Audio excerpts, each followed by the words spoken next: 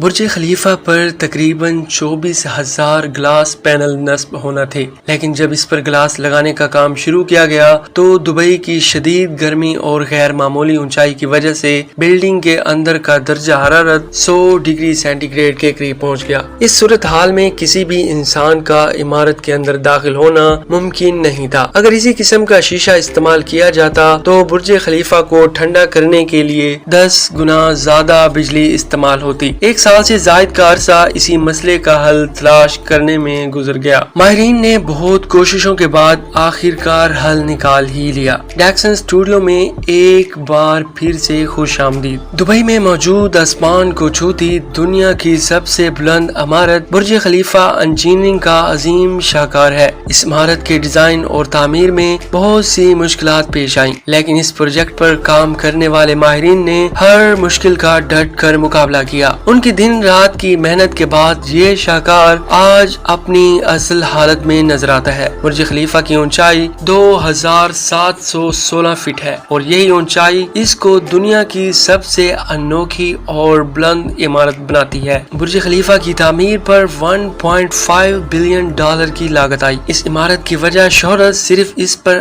آنے والی لاگت اور اس کی اونچائی ہی نہیں، بلکہ اسے انجینئرنگ کی دنیا کا ایسا کارنامہ مانا جاتا ہے جو آج سے پہلے دنیا نے کبھی نہیں دیکھا۔ برج خلیفہ کی تعمیر کے دوران ماہرین کو جن مشکلات کا سامنا کرنا پڑا ان میں سب سے پہلا اور اہم مسئلہ تھا وقت پر اس کی تعمیر مکمل ہونا۔ اگر اس کی تعمیر وقت پر مکمل نہ ہوتی تو اس پر لگنے والا سرمایہ اتنا بڑھ جاتا کہ شاید پھر اس کی تعمیر ممکن ہی نہ رہتی۔ برج خلیفہ کی تعمیر کے لیے انجینئرز کو 6 سال کا عرصہ دیا گیا، جس میں انہوں نے دنیا کی سب سے بلند عمارت کی تعمیر مکمل کر کے اسے قابل استعمال بنانا تھا۔ اس عمارت کو دنیا کی سب سے بلند عمارت کا اعزاز حاصل ہونا تھا، اس لیے اس کے ڈیزائن میں بھی بہت سی پیچیدگیاں سامنے آ رہی تھی۔ 6 سال میں سے 3 سال کا عرصہ اس کے ڈیزائن کو حتمی شکل دینے کے لیے درکار تھا۔ ماہرین نے جب اس مسئلے پر غور کیا تو انہیں اندازہ ہوا کہ اگر 3 سال میں ڈیزائن مکمل کرنے کے بعد تعمیر کا آغاز کیا گیا تو باقی کے 3 سالوں میں عمارت کی تعمیر مکمل کرنا ممکن نہیں۔ اس لیے ڈیزائن مکمل ہونے سے قبل ہی فروری 2004 میں تعمیراتی کام کا آغاز کر دیا گیا اور تعمیراتی سائٹ پر کھدائی کا کام شروع کر دیا گیا۔ کھدائی کے ساتھ ساتھ ڈیزائن کا کام بھی چلتا رہا۔ برج خلیفہ کی بنیاد رکھنے کا وقت قریب آیا تو انجینئر کے سامنے ایک اور بڑا مسئلہ کھڑا ہو گیا۔ عموماً بڑی بڑی عمارتوں کی بنیادیں زمین کے اندر موجود پتھروں پر رکھی جاتی ہیں یا ایسی جگہ پر بنیاد رکھی جاتی ہے جہاں زمین بہت مضبوط ہو۔ برج خلیفہ کے ساتھ یہ مسئلہ تھا کہ جہاں اس کی بنیاد رکھی جا رہی تھی وہاں ریتلا علاقہ تھا اور زمین کے اندر بھی چھوٹے چھوٹے اور کمزور پتھر موجود تھے۔ دنیا کی سب سے بلند عمارت کی بنیاد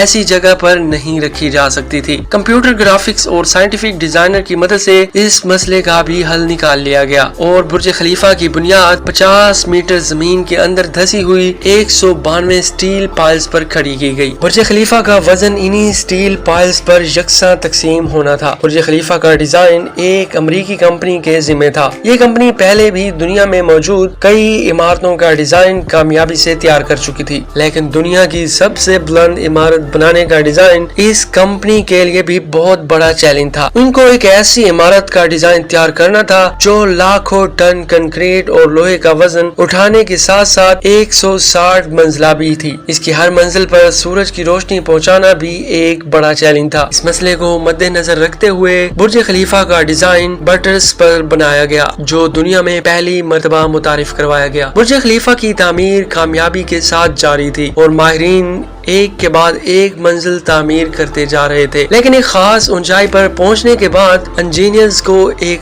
عجیب و غریب مشکل نے آ گھیرا۔ تعمیر میں استعمال ہونے والا کنکریٹ برج خلیفہ کی بیس پر تیار ہوتا تھا، لیکن اونچائی زیادہ ہونے کی وجہ سے اوپر پہنچتے پہنچتے ہی سوکھ جاتا تھا۔ اس مسئلے کا ایک ہی حل تھا کہ کنکریٹ کو سکشن پمپ کے ذریعے اوپر پہنچایا جائے۔ اس کام کو سر انجام دینے کے لیے دنیا بھر سے طاقتور ترین سکشن پمپ منگوائے گئے اور بڑے بڑے